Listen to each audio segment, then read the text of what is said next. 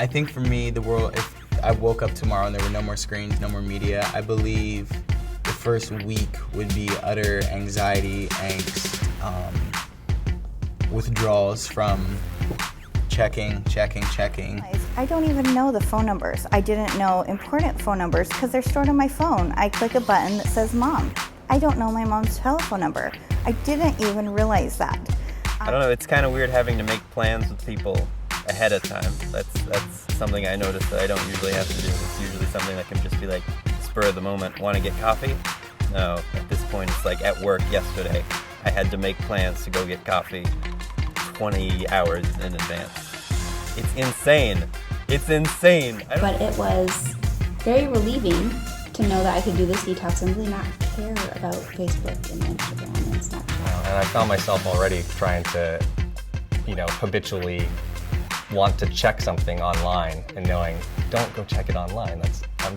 I'm going to ruin the detox project.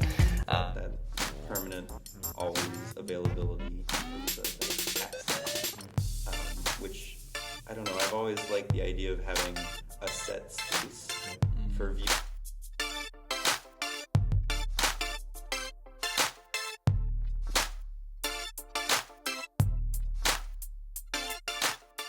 I just turned everything off, phone off, silence, do not disturb mode, which is apparently a thing.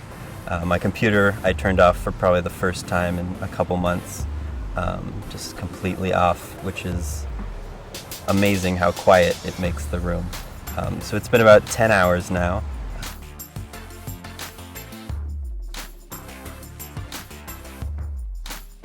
I gave up usage of emails, Facebook, text messaging, phone calls, access to my social media.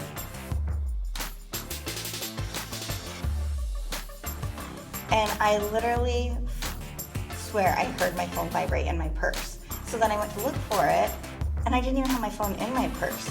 And it was just that one time, but I think it was the anxiety. Yeah, so I cut out as much as I could, mainly social media, TV, no radio, which was extremely difficult. So did any of you have drug-like symptoms?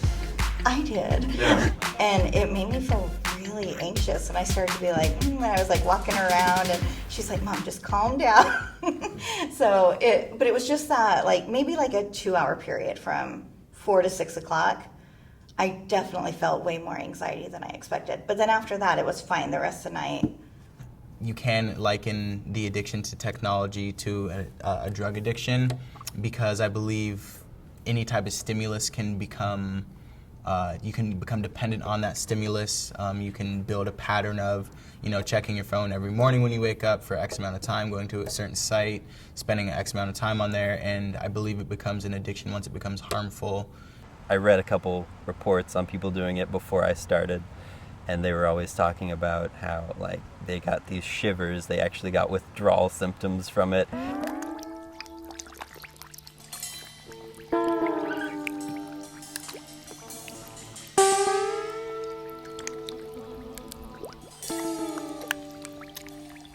I've been detoxing for 4.5 hours since I woke up this morning, and I'm feeling a little anxious today. It's gonna be that angst, the peak of that angst is like, oh my God, what am I missing? What am I not seeing? What am I not doing? I need something to keep my focus, I guess. And just being quiet in a room that's quiet is kind of creepy. I don't know. And then I just had to stop and focus on what was important and really embrace not having that leash of a phone or a computer or wondering if I'm not getting back to somebody on social media who I had let everybody know that I wasn't going to be available. So it was very good. I decided to go outside this morning just to relieve my anxiety about not having any noise, and I sat on my back porch and watched the trees and listened to the birds. So it still gave me some sort of calming, but it was actually really nice, and it's not something I generally do. And I think I'm gonna try to get outside and walk and not look at my phone while I'm walking. Just walk and, feel all the feelings that come up for me, hear all the sounds, see all the sights. Communication is human nature. We have to be able to talk to each other and communicate ideas and thoughts and all that sort of stuff that goes on in our crazy brains. So when we don't have access to people, we substitute that with music or drinking or go down the list of things that we do to sort of fulfill that gap. You can live through almost an alter ego, living through your Facebook image, your persona, living through your LinkedIn persona, and you start wearing those two masks versus taking the mask off and just being who you are. I think, for me, that's what my life would be like without the screens. I would have to take the masks off and, get in touch with myself. There's those aspects of where it's oppressive, and then there's the aspects of where it's inspirational. Yeah, exactly. And so it's such a hard thing. I think that's where it falls back on being media literate is so important. I think it's as important as knowing how to balance your bank accounts and to know how to cook food. Media literacy is important so that people can really understand the influence that it has on intimacy, whether it's romantic or just an involvement with another person. It's definitely taken control if you don't pay attention to what you're doing. And it takes away a lot of our regular, normal human senses. And that doesn't mean anything negative, but if you can organize it the way that a lot of us have, I think that it can be healthy. And it does keep us well informed with what's going on in the world. But if you don't pay attention, then you're going to kind of get lost.